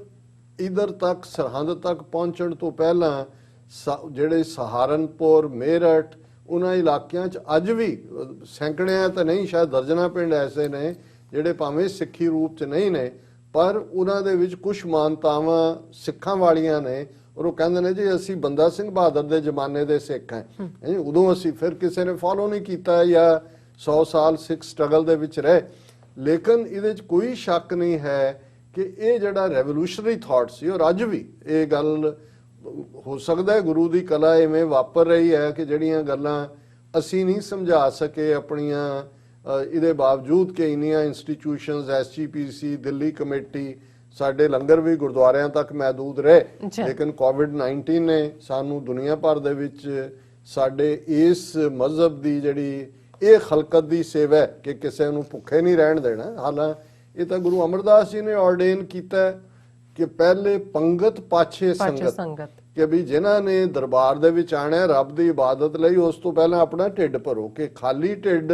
ਰੱਬ ਦੀ ਗੱਲ ਨਹੀਂ ਸਮਝ ਸਕਦੇ ਜਾਂ ਰੱਬ ਨਾਲ ਨਹੀਂ ਜੁੜ ਸਕਦੇ। ਇਹ ਇਸ ਦੇ ਬਿਲਕੁਲ ਉਲਟ ਸੀ ਹਿੰਦੂ ਥਾਟ ਦੇ, ਜਿਨ੍ਹਾਂ ਨੇ ਸਾਰੇ ਸਾਲ ਦੇ ਕੈਲੰਡਰ 'ਚ ਕਿੰਨਾ ਵਰਤਾਂ ਦਾ ਸਿਸਟਮ ਰੱਖਿਆ ਹੋਇਆ ਔਰ ਕਿਵੇਂ ਕਿਵੇਂ ਕੀ ਡਰਾਮੇਬਾਜ਼ੀਆਂ ਰਿਚੁਅਲਿਜ਼ਮ ਕਰਦੇ ਨੇ। ਔਰ ਮੰਦਿਰ ਦੇ ਵਿੱਚ ਖਾਣਾ ਤਾਂ ਕੀ ਦੇਣਾ, ਕੋਈ ਜਾਂਦਾ ਤੇ ਉਹ ਚਮਚੇ ਦੇ ਨਾਲ ਪਾਣੀ ਦੇ ਕੇ ਜਿਹਨੂੰ ਚਰਨਾ ਅੰਮ੍ਰਿਤ ਕਹਿੰਦੇ ਨੇ, ਉਹ ਵੀ ਹਨੇਰੇ ਜਿਹੇ ਕਮਰੇ 'ਚ ਦੇਵਤੇ ਦੀ ਮੂਰਤੀ ਰੱਖੀ ਹੁੰਦੀ। ਹਰ ਮੰਦਿਰ ਤੁਸੀਂ ਦੇਖੋਗੇ ਕਿ ਉੱਥੇ ਕਿਉਂਕਿ ਉਹਨਾਂ ਬ੍ਰਾਹਮਣ ਨੇ ਆਪਣੀ ਖੇਡ ਖੇਡਣੀ ਹੈ, ਲੋਕਾਂ ਲਈ ਤਾਂ ਹੈ ਹੀ ਨਹੀਂ ਹੈ, ਔਰ ਉਹਦੇ 'ਚ ਵੀ ਸ਼ੂਦਰ ਜਿਹੜਾ ਨਹੀਂ ਵੜ ਸਕਦਾ, ਇਹ ਇੱਕ ਵੱਖਰੀ ਲਾਈਨ ਹੈ। ਤੇ ਇੱਥੇ ਸਾਰਿਆਂ ਦੇ ਲਈ ਰਲ ਕੇ, ਔਰ ਇਹ ਗੱਲ ਅੱਜ ਜਦੋਂ ਦਿੱਲੀ 'ਚ 4-5 ਲੱਖ ਸਿੱਖ, ਹਾਲਾਂਕਿ ਕਿਸਾਨਾਂ ਦੇ ਵਿੱਚ 90% ਸਿੱਖ ਨੇ, ਉਹ ਬੈਠੇ ਹੋਏ ਨੇ, ਔਰ ਇਹ ਗੱਲ ਮੈਂ ਦੇਖ ਰਿਹਾ ਕੁਛ ਈਵਨ ਜਿਹੜੀਆਂ ਦਲਿਤ ਬੱਚੀਆਂ ਜਾਂ ਉਹਨਾਂ ਦੇ ਕਾਮੈਂਟ ਨੇ ਕਿ ਵੀ ਜੇ ਤੁਸੀਂ ਭਾਰਤ ਚੋਂ ਜ਼ਾਤ-ਪਾਤ ਖਤਮ ਕਰਨੀ ਹੈ ਤਾਂ ਇਹ ਹੈ। ਉਹਨਾਂ ਨੂੰ ਯਕੀਨ ਨਹੀਂ ਹੋ ਰਿਹਾ ਕਿ ਵੀ ਉਹ ਜਿਹੜੇ ਨੇ ਲੰਗਰ ਸਭ ਨੂੰ ਸਾਰੇ ਹੀ ਖਾ ਰਹੇ ਨੇ, ਕਿਉਂਕਿ ਉੱਥੇ ਤਾਂ ਉਹਨਾਂ ਨੇ ਆਪਣੇ ਪਿੰਡਾਂ 'ਚ ਦੇਖਿਆ। ਅੱਜ ਵੀ ਉਹਨਾਂ ਨੂੰ ਕਈ ਤਾਂ ਐਸੇ ਇਲਾਕੇ ਨੇ ਕਿ ਵਿਆਹ ਵੇਲੇ ਦਲਿਤ ਘੋੜੀ ਤਾਂ ਨਹੀਂ ਚੜ ਸਕਦਾ, ਉਹ ਫਸਾਦ ਹੋ ਜਾਂਦਾ, ਔਰ ਉਹਨਾਂ ਨੂੰ ਤਾਂ ਉਹ ਯਕੀਨ ਹੀ ਨਹੀਂ ਹੁੰਦਾ। ਔਰ ਜ਼ਾਹਰ ਹੈ ਕਿ ਜਦੋਂ ਉਹੀ ਲੰਗਰ ਵਰਤਾਉਣ ਵਾਲੇ ਦੂਜੇ ਜਾ ਕੇ ਪੁਲਿਸ ਵਾਲਿਆਂ ਜਾਂ ਦੂਜਿਆਂ ਨੂੰ ਵੀ ਜੇ ਡਾਂਗ ਵੀ, ਉਹਨੇ ਕਹਿੰਦਾ ਕੋਈ ਨਹੀਂ ਪੁੱਤਰ ਡਾਂਗ ਵੀ ਮਾਰ ਨਹੀਂ, ਪਹਿਲਾਂ ਲੰਗਰ ਛਕ ਲਿਆ। ਔਰ ਜਿਹੜੀ ਇੱਕ ਪਿਕਚਰ ਜਿਹੜੀ ਬੜੀ ਵਾਇਰਲ ਹੋਈ ਹੈ, ਪੋਸਟਰ ਬਣੇ ਹੋਏ, ਹਾਂ ਕਿਵੇਂ, ਔਰ ਉਹ ਇਸ ਵੇਲੇ ਉਹ ਪੋਸਟਰ ਪਿਕਚਰ ਬਣ ਗਈ ਹੈ। ਔਰ ਹਾਲਾਂ ਬੀਜੇਪੀ ਦੇ ਇੱਕ ਟ੍ਰੋਲਰ ਨੇ ਇਹ ਕਹਿ ਕੇ ਪ੍ਰੋਮੀਨੈਂਟ ਨੇ ਕਿ ਨਹੀਂ ਨਹੀਂ ਇਹ ਫੇਕ, ਉਹਨੂੰ ਮਾਰਿਆ ਨਹੀਂ ਹੈ, ਜਸ ਡੰਡਾ ਦਿਖਾਇਆ ਹੀ ਹੈ। ਲੇਕਿਨ ਜਿਹਨੇ ਉਹ ਫੋਟੋ ਲਈ ਸੀ ਜਰਨਲਿਸਟ, ਉਹਨੇ ਉਹ ਨਾਲ ਵੀਡੀਓ ਵੀ ਸਾਹਮਣੇ ਆ ਗਈ। ਔਰ ਅੱਜ ਮੈਂ ਈਵਨ ਉਸ ਬਜ਼ੁਰਗ ਦਾ ਇੰਟਰਵਿਊ ਵੀ ਦੇਖ ਰਿਹਾ ਸੀ ਕਿ ਉਹ ਕਿਵੇਂ ਹਰਟ ਹੋਇਆ, ਉਹਨੇ ਦੋ ਨੇ ਉਹਨੂੰ ਕੁੱਟਿਆ ਹੋਇਆ ਸੀ। ਸੋ ਮਤਲਬ ਇਹ ਹੈ ਕਿ ਵੀ ਇਹ ਜਿਹੜੇ ਟ੍ਰੇਟ ਦੇ ਬਾਵਜੂਦ ਕਿ ਮੋਦੀ ਮੀਡੀਆ ਜਿਹੜਾ ਉਹਨੇ ਇਹਨੂੰ ਸਭ ਨੂੰ ਬਲੌਕ ਕੀਤਾ ਖਬਰਾਂ, ਪਰ ਇਸ ਵੇਲੇ ਚਾਰ ਚਫੇਰੇ ਇਹ ਗੱਲ ਘੁੰਮ ਰਹੀ ਹੈ ਕਿ ਵੀ ਕੀ ਚੱਲ ਰਿਹਾ। ਔਰ ਇਸ ਨੇ ਜਿਹੜੇ ਸਿੱਖੀਜ਼ਮ ਦੇ ਬੈਸਟ ਪਾਰਟ ਨੇ ਔਰ ਸਿੱਖ ਬੀਬੀਆਂ ਦੀ ਡਿਫਾਈਂਸ, ਬਹੁਤ ਵਾਰ ਇਹ ਹੁੰਦਾ ਵੀ ਅਸੀਂ ਵੀ ਇੱਥੇ ਦੇਖਦੇ ਹਾਂ ਵੀ ਇੱਥੇ ਵੀ ਐਕਟਿਵਿਸਟ ਵੀ ਜਿਹੜੇ ਨੇ ਉਹਨਾਂ ਦੀਆਂ ਘਰ ਵਾਲੀਆਂ ਜਾਂ ਉਹਨਾਂ ਦੇ ਜੋ ਬੀਬੀਆਂ ਦੀ ਸ਼ਮੂਲੀਅਤ ਨਹੀਂ ਹੁੰਦੀ, ਉਹੀ ਸਾਡੇ ਈਵਨ ਮੀਟਿੰਗਸ ਦੇ ਵਿੱਚ ਵੀ। ਲੇਕਿਨ ਜੇ 25-30 ਹਜ਼ਾਰ ਸਿੱਖ ਬੀਬੀਆਂ ਜਾ ਕੇ ਬੈਠੀਆਂ ਨੇ ਔਰ ਉਹਨਾਂ 'ਚ ਕੱਲੀ ਉਹ ਐਕਟਿਵਿਸਟ ਦੀ ਤਰ੍ਹਾਂ, ਮੈਨੂੰ ਵੀ ਹੈਰਾਨੀ ਵੀ ਹੋਈ ਥੋੜੀ ਕਿ ਵੀ ਸਾਡੀਆਂ ਮਾਵਾਂ, ਸਾਡੀਆਂ ਬੱਚੀਆਂ, ਭੈਣਾਂ ਕਿੰਨਾ ਗਰਜ ਰਹੀਆਂ। ਸੋ ਮਤਲਬ ਇਹ ਇੱਕ ਰੈਸਟ ਆਫ ਇੰਡੀਆ ਦੇ ਲਈ ਜਿਹੜੇ ਹੁਣ ਥੋੜੇ ਬਹੁਤ ਨਿਊਟਰਲ ਗਰਾਊਂਡ ਤੇ ਖੜੇ ਨੇ, ਉਹ ਆਸ਼ੀਸ਼ ਕਰਨ ਵਾਲੇ ਨੇ ਕਿ ਵੀ ਵਾਹ ਵੀ ਇਹ ਹੈ। ਔਰ ਉਹਨਾਂ ਨੂੰ ਕਿੰਨਾ ਕੁ ਲਕੋਲ ਹੋ ਗਏ ਤੁਸੀਂ, ਔਰ ਉਹਨਾਂ ਕੋਲ ਹੁਣ ਕੋਈ ਨਹੀਂ ਹੈ ਇਹ ਟ੍ਰੋਲਿੰਗ ਤੋਂ ਬਿਨਾਂ ਕਿ ਖਾਲਿਸਤਾਨੀ ਤੇ ਇਹ ਦਹਿਸ਼ਤਗਰਦ ਤੇ ਇਹ ਅਸੀਂ ਦੂਸਰੇ ਸੈਗਮੈਂਟ 'ਚ ਗੱਲ ਕਰਾਂਗੇ ਵੀ ਇਹ ਕਿਵੇਂ ਡਿਫੈਂਸਿਵ ਕਰਨ ਦੀ ਕੋਸ਼ਿਸ਼ ਕਰ ਰਹੇ ਨੇ। ਉਹਦੇ 'ਚ ਕੱਲੀ ਕੰਗਣਾ ਰਣੌਤ ਨਹੀਂ ਹੈ, ਉਹਨੂੰ ਤਾਂ ਕਈਆਂ ਨੇ ਹਾਂ ਉਹ ਤਾਂ ਅੱਗੇ ਲਾਇਆ ਹੋਇਆ ਤੇ ਉਹ ਵੀ ਸੜੀ ਬੜੀ ਅੱਜ ਲਿਖ ਕੇ ਕਿ ਜੀ ਕੋਈ ਨਹੀਂ ਇਹ ਖਤਮ ਹੋ ਜਾਏ ਫਿਰ ਮੈਂ ਕਰਾਂਗੀ, ਤੇ ਥੱਲੇ ਆਪਣੇ ਆਪ ਨੂੰ ਬੱਬਰ ਸ਼ੇਰ ਨਹੀਂ ਲਿਖ ਰਹੇ। ਮੈਂ ਕਿਹਾ ਸ਼ਕਲ ਦੇਖ ਇਲਾਜ ਕਰਾ ਆਪਣਾ ਜਾ ਕੇ, ਇਹ ਸੁਸ਼ਾਂਤ ਰਾਜਪੂਤ ਵਾਲਾ ਤੂੰ ਹਾਲ ਕਰਨਾ, ਉਹਦੇ ਮਾਪਿਓ ਜਾਂ ਕੋਈ ਹੈਗੇ ਨੇ ਤਾਂ ਉਹਦਾ ਫਿਕਰ ਕਰ। ਪਰ ਉਹ ਜਿਹੜਾ ਕੈਨੇਡਾ 'ਚ ਬਿਠਾਇਆ ਇਹਨਾਂ ਦਾ ਜਮਹੂਰਾ ਹੈ, ਜਿਸ ਨੇ ਹਮੇਸ਼ਾ ਹੀ ਪਾਕਿਸਤਾਨ ਦਾ ਮੁੱਦਾ ਹੋਏ, ਇਸਲਾਮ ਦਾ ਮੁੱਦਾ ਹੋਏ, ਭਾਰਤੀ ਮੁਸਲਮਾਨਾਂ ਦਾ ਮੁੱਦਾ ਹੋਏ, ਉਸ ਨੂੰ ਉਹਨੇ ਹਮੇਸ਼ਾ ਹੀ ਇੱਕ ਜਿਹੜਾ ਉਹ ਜਮਹੂਰਾ ਬਣ ਕੇ ਤਾਰਕ ਫਤਿਹ, ਉਹਨੇ ਵੀ ਪੂਰਾ ਇਸ ਨੂੰ ਸ਼ਾਹੀਨ ਬਾਗ ਦੇ ਉਹਨੇ ਕਿਹਾ ਜੀ ਤੰਬੂ ਤੇ ਫਲਾਣੇ ਇੱਥੇ ਆ ਗਏ ਨੇ, ਔਰ ਪੂਰਾ ਖਾਲਿਸਤਾਨ ਦੇ ਖਿਲਾਫ ਔਰ ਪੂਰਾ ਉਹਨਾਂ ਨੂੰ ਹਿੰਦੂਆਂ ਨੂੰ ਖੁਸ਼ ਕਰਨ ਤੇ ਲੱਗਾ ਹੋਇਆ। ਉਹਦੇ ਬਾਰੇ ਅਸੀਂ ਦੂਸਰੇ ਸੈਗਮੈਂਟ ਕਰਾਂਗੇ ਕਿ ਵੀ ਕਿਵੇਂ ਇਹ ਸਾਰੀ ਜਿਹੜੀ ਉਹਨਾਂ ਦੀ, ਕਿਉਂਕਿ ਉਹਨਾਂ ਕੋਲ ਹੁਣ ਕੁਝ ਨਹੀਂ ਬਚਿਆ ਹੈ। ਔਰ ਜੇ ਈਵਨ ਅਸੀਂ ਸਮਝਦੇ ਹਾਂ ਵੀ ਜੇ ਉੱਥੇ ਜਿਹੜੇ ਆਪਣੇ ਬਚਾ ਲਈ ਇਹ ਵੀ ਕਹਿੰਦੇ ਨੇ ਨਹੀਂ ਨਹੀਂ ਅਸੀਂ ਖਾਲਿਸਤਾਨੀ ਨਹੀਂ, ਇਹ ਵੀ ਉਹਨਾਂ ਦੇ ਹੱਕ 'ਚ ਜਾਂਦਾ। ਸੋ ਉਹ ਤੁਹਾਨੂੰ ਡਿਫੈਂਸਿਵ ਤੇ ਰੱਖਣ ਦੀ ਕੋਸ਼ਿਸ਼ ਕਰ ਰਹੇ ਨੇ, ਪਰ ਸਾਨੂੰ ਆਪਣਾ ਨੈਰੇਟਿਵ ਨਹੀਂ ਬਦਲਣਾ ਚਾਹੀਦਾ। ਹਾਲਾਂਕਿ ਕਿਉਂਕਿ ਕਿਸਾਨ ਮੁੱਦੇ ਨੇ ਉੱਥੇ ਜਾ ਕੇ ਜਿਵੇਂ ਸਾਡੀਆਂ ਧਿਰਾਂ ਵੀ ਉਹਨਾਂ ਨੇ ਜਿਹੜਾ ਉਹ ਗੌਨ ਰੋਲ ਲੈ ਲਿਆ, ਸੈਕੰਡਰੀ ਰੋਲ ਲੈ ਲਿਆ। ਉਹਨਾਂ ਨੇ ਕਿਹਾ ਜੀ ਕੋਈ ਨਹੀਂ ਤੁਸੀਂ ਮੁੱਦਿਆਂ ਦੇ ਉੱਤੇ ਫਾਰਮ ਮੁੱਦਿਆਂ ਤੇ ਗੱਲ ਕਰਨੀ ਹੈ, ਇਹਨੂੰ ਤੁਸੀਂ ਅੱਗੇ ਤੋਰੋ, ਅਸੀਂ ਕੋਈ ਆਪਣਾ ਨੈਰੇਟਿਵ ਜਿਹੜਾ ਉਹ ਤੁਹਾਡੇ ਤੇ ਜਿਹੜਾ ਉਹ ਥੋਪਦੇ ਨਹੀਂ ਹੈ, ਪਰ ਤੁਸੀਂ ਇਸ ਪ੍ਰੈਸ਼ਰ ਦਾ ਜਾਂ ਜਿਹੜੀ ਇਸ ਵੇਲੇ ਸਪਿਨ ਹੈ ਜਿਹੜੀ ਅਲਟੀਮੇਟਲੀ ਖਾਲਿਸਤਾਨ ਦੀ ਸਪਿਨ ਨਹੀਂ ਹੈ, ਇਹਨੂੰ ਕੋਈ ਜਿਵੇਂ ਮਰਜ਼ੀ ਜਿਹੜਾ ਇਹ ਕਹੋ ਵੀ ਇਹ ਭਾਰਤੀ ਹਕੂਮਤ ਸਮਝੇ ਵੀ ਇਹਨੂੰ ਕਿੱਧਰ ਨੂੰ ਲੈ ਕੇ ਜਾਣਾ ਹੈ, ਜਾਂ ਉਹਨਾਂ ਦਾ ਮੀਡੀਆ ਸਮਝੇ ਜਾਂ ਡਿਫੈਂਸਿਵ ਵਾਲੇ ਸਮਝਣ, ਅਲਟੀਮੇਟਲੀ ਦੋਨੋਂ ਪਾਸਿਓਂ ਵਿਕਟਰੀ ਵੀ ਜਿਹੜੀ ਹੈ ਉਹ ਵੀ ਸਿੱਖ ਫਿਲਾਸਫੀ ਸਿੱਖ ਥਾਟ ਪੰਜਾਬ ਦੀ ਧਰਤੀ ਤੇ ਜਾਇਆਂ ਦੀ ਹੋਈ ਤਾਂ ਉਹਦੇ ਹੀ ਖਾਤੇ 'ਚ ਪਏਗੀ ਜੇ ਹੁੰਦੀ ਹੈ। ਤੇ ਜੇ ਸਰਕਾਰ ਦੀ ਰਿਪਰੈਸਿਵ ਲਾਈਨ ਜਾਂ ਦੂਸਰੀ ਆਉਂਦੀ ਹੈ, ਠੀਕ ਹੈ, ਸਾਰੇ ਇਕੱਠੇ ਹੋ ਰਹੇ ਨੇ, ਯੂਪੀ 'ਚੋਂ ਵੀ ਆ ਗਏ, ਦੂਜੇ ਵੀ ਫਾਰਮਰਸ ਵੀ ਆ ਗਏ, ਪਰ ਅਲਟੀਮੇਟਲੀ ਇੱਕ ਗੱਲ ਜਿਹੜੀ ਸ਼ਾਹ ਮੁਹੰਮਦ ਨੇ ਜੰਗਨਾਮਾ ਸਿੰਘਾਂ ਫਰੰਗੀਆਂ ਜਿਹਦਾ ਪਹਿਲਾ ਨਾਂ ਜੰਗ ਹਿੰਦ ਪੰਜਾਬ ਸੀ, ਇਹ ਗੱਲ ਬੜੀ ਕਲੀਅਰਲੀ ਕਹੀ ਹੋਈ ਹੈ ਕਿ ਸ਼ਾਹ ਮੁਹੰਮਦਾ ਗੱਲ ਤਾਂ ਸੋਈ ਹੋਸੀ ਜਿਹੜੀ ਕਰੇਗਾ ਖਾਲਸਾ ਪੰਥ ਮੀਆਂ। ਇਹ ਗੱਲ ਜ਼ਾਹਰ ਹੈ। ਔਰ ਹਾਲੇ ਮੈਨੂੰ ਥੋੜਾ ਜਿਹਾ ਅਫਸੋਸ ਹੈ ਪਾਕਿਸਤਾਨ ਦੇ ਮੀਡੀਆ, ਉਹਨਾਂ ਦੇ ਟਾਕ ਸ਼ੋ ਦੂਸਰੇ, ਕਿ ਇੰਨੀ ਵੱਡੀ ਗੱਲ ਵਾਪਰ ਰਹੀ ਹੈ, ਦਿੱਲੀ 'ਚ ਆ ਕੇ ਪੰਜਾਬ ਨੇ ਉਹਨਾਂ ਦੀਆਂ ਚੂੜਾਂ ਹਿਲਾ ਕੇ ਰੱਖ ਦਿੱਤੀਆਂ। ਤੁਹਾਡੇ ਕੋਲ ਵਕਤ ਨਹੀਂ ਹੈ ਜਾਂ ਤੁਹਾਡਾ ਧਿਆਨ ਨਹੀਂ ਹੈ ਕਿ ਵੀ ਤੁਸੀਂ ਆਪਸੀ ਲੱਗੇ ਹੋਏ ਹੋ ਕਿ ਵੀ ਤੁਸੀਂ ਐਕਸਪੋਜ਼ ਕਰੋ ਇੰਡੀਅਨ ਸਿਸਟਮ ਕਿ ਕਿਸ ਕਿਸਮ ਦਾ ਜਿਹੜਾ ਉਹ ਬਿਲਕੁਲ ਜਿਹੜਾ ਇਸ ਵੇਲੇ ਫਸਿਆ ਹੋਇਆ, ਕਿ ਵੀ ਤੁਹਾਡੇ ਤੇ ਇੱਕ ਤੋਂ ਬਾਅਦ ਇੱਕ ਉਹ ਵਾਰ ਕਰਦੇ ਨੇ, ਕਦੇ ਕਿਸੇ ਪਾਸਿਓਂ ਕਦੇ ਕਿਸੇ ਪਾਸਿਓਂ, ਤੇ ਤੁਹਾਨੂੰ ਇੰਨੀ ਵੀ ਅਕਲ ਜਾਂ ਸ਼ਰਮ ਜਾਂ ਗੈਰਤ ਨਹੀਂ ਹੈ ਆਪਣੇ ਮੁਲਕ ਦੇ ਪਿਆਰ ਦੇ ਵਿੱਚ ਕੋਈ ਸਾਡੀ ਹਮਾਇਤ ਨਾ ਕਰੋ। ਅਸੀਂ ਤਾਂ ਆਪਣੀ ਲੜਾਈ ਲੜਾਂਗੇ, ਤੁਸੀਂ ਨਾਲ ਆਓਗੇ ਤਾਂ ਵੀ ਚੰਗਾ, ਨਹੀਂ ਆਓਗੇ ਤਾਂ ਵੀ ਅਸੀਂ ਤਾਂ ਲੜਨਾ। ਸ਼ਾਹ ਮੁਹੰਮਦ ਨੇ ਉਹ ਸਾਡੇ ਸਿਰ ਤੇ ਰੱਖ ਦਿੱਤਾ ਹੋਇਆ ਹੈ ਕਿ ਵੀ ਅਲਟੀਮੇਟਲੀ ਖਾਲਸਾ ਪੰਥ ਨੇ ਦਿੱਲੀ ਦਾ ਫੇਟ ਡਿਸਾਈਡ ਕਰਨਾ, ਲੇਕਿਨ ਘੱਟੋ ਘੱਟ ਇੰਨਾ ਆਪਣੇ ਮੁਲਕ ਦੇ ਪਿਆਰ ਦੇ ਵਿੱਚ ਹੀ ਸਹੀ। ਔਰ ਇਹ ਮੈਨੂੰ ਹੈਰਾਨੀ, ਮੈਂ ਦੇਖ ਰਿਹਾ ਸੀ ਪਿਛਲੇ ਕਈ ਦਿਨਾਂ ਤੋਂ ਇੱਕ ਦੋ ਸ਼ੋਆਂ ਨੇ ਤੁਰਦੇ ਤੁਰਦੇ ਕੀਤਾ ਜਿਵੇਂ ਕਿ ਐਵੇਂ ਉਹ ਇੱਕ ਐਵੇਂ ਰਾਹ ਜਾਂਦੀ ਕੋਈ ਘਟਨਾ ਹੋਏ, ਲੇਕਿਨ ਇਹਦਾ ਤੁਸੀਂ ਇੰਪੈਕਟ ਵਿਦਨ ਕੀ ਹੋ ਰਿਹਾ। ਜੇ ਹੁਣ ਪ੍ਰਕਾਸ਼ ਸਿੰਘ ਬਾਦਲ ਆਪਣਾ ਅਵਾਰਡ ਪਦਮ ਵਿਭੂਸ਼ਣ ਵਾਪਸ ਕਰ ਰਿਹਾ, ਸੁਖਦੇਵ ਸਿੰਘ ਢੀਂਡਸਾ ਜਿਹੜਾ ਬੀਜੇਪੀ ਨੇ ਖੜਾ ਕੀਤਾ ਉਹ ਵਾਪਸ ਕਰ ਰਿਹਾ ਆਪਣਾ ਪਦਮ ਭੂਸ਼ਣ, ਇਹ ਦੱਸ, ਕਿਉਂਕਿ ਇਹ ਬੁੱਢੇ ਘਾਗ ਨੇ ਬੜੇ ਖਤਰਨਾਕ ਜਿਹੜੇ ਲੋਕਾਂ ਦੀ ਪਲਸ ਵੀ ਸਮਝਦੇ ਨੇ। ਇਹਨਾਂ ਨੂੰ ਨਜ਼ਰ ਆ ਰਿਹਾ ਹੈ ਕਿ ਨਿਜ਼ਾਮ ਬਦਲ ਰਿਹਾ ਹੈ, ਇਹਨਾਂ ਨੂੰ ਨਜ਼ਰ ਆ ਰਿਹਾ ਹੈ ਕਿ ਭਾਈ ਇਹ ਚੈਲੰਜ ਦੇ ਵਿੱਚੋਂ ਕੀ ਨਿਕਲਣਾ ਹੈ, ਇਹ ਆਪਣੇ ਟੱਬਰਾਂ ਦੇ ਅਗਲੇ ਫਿਊਚਰ ਨੂੰ ਸੇਫ ਕਰਨ। ਹੁਣ ਇਹੀ ਇਮੇਜਿਨ ਕਰੋ ਕਿ ਜਿੰਨਾ ਵੱਡਾ ਹੋ ਗਿਆ ਜੇ ਬਾਦਲ ਟੱਬਰ ਅਜੇ ਸਰਕਾਰ 'ਚ ਬੈਠਾ ਹੁੰਦਾ, ਹਰਸਿਮਰਤ ਕੌਰ ਬੈਠੀ ਹੁੰਦੀ ਹੈ ਚਾਰ ਚਟਨੀ ਮੰਤਰੀ, ਤੇ ਇਹਨਾਂ ਦਾ ਕੀ ਹਾਲ ਕੀਤਾ ਹੁੰਦਾ ਸਿੱਖਾਂ ਨੇ। ਹੁਣ ਉਹ ਚੁੱਪ ਕਰਕੇ ਬਚੇ, ਉਹਨਾਂ ਨੇ ਕਿਹਾ ਜੀ ਹੁਣ ਕੱਲ ਨੂੰ ਜਿਹੜੀ ਚੇਂਜ ਹੋਣੀ ਹੈ ਉਹਦੇ 'ਚ ਵੀ ਆਪਣੀ ਥਾਂ ਬਣਾਓ। ਔਰ ਉਹਨੇ ਜਿਹੜਾ ਉਹ ਅਵਾਰਡ ਵਾਪਸ ਲੰਬਾ ਚੌੜਾ ਲੈਟਰ ਲਿਖਿਆ, ਲੈਟਰ ਵੀ ਇਸ ਤਰ੍ਹਾਂ ਦਾ ਹੈ ਕਿ ਵੀ ਵਾਹ ਵਾਹ ਮੈਂ ਤੇ ਮੇਰਾ ਤਾਂ ਹਾਂ ਹੀ ਮੈਂ ਕਿਸਾਨਾਂ ਲਈ ਜੰਮਿਆ ਵੀ ਇਹਨਾਂ ਚੋਂ ਇਹਨਾਂ ਲਈ,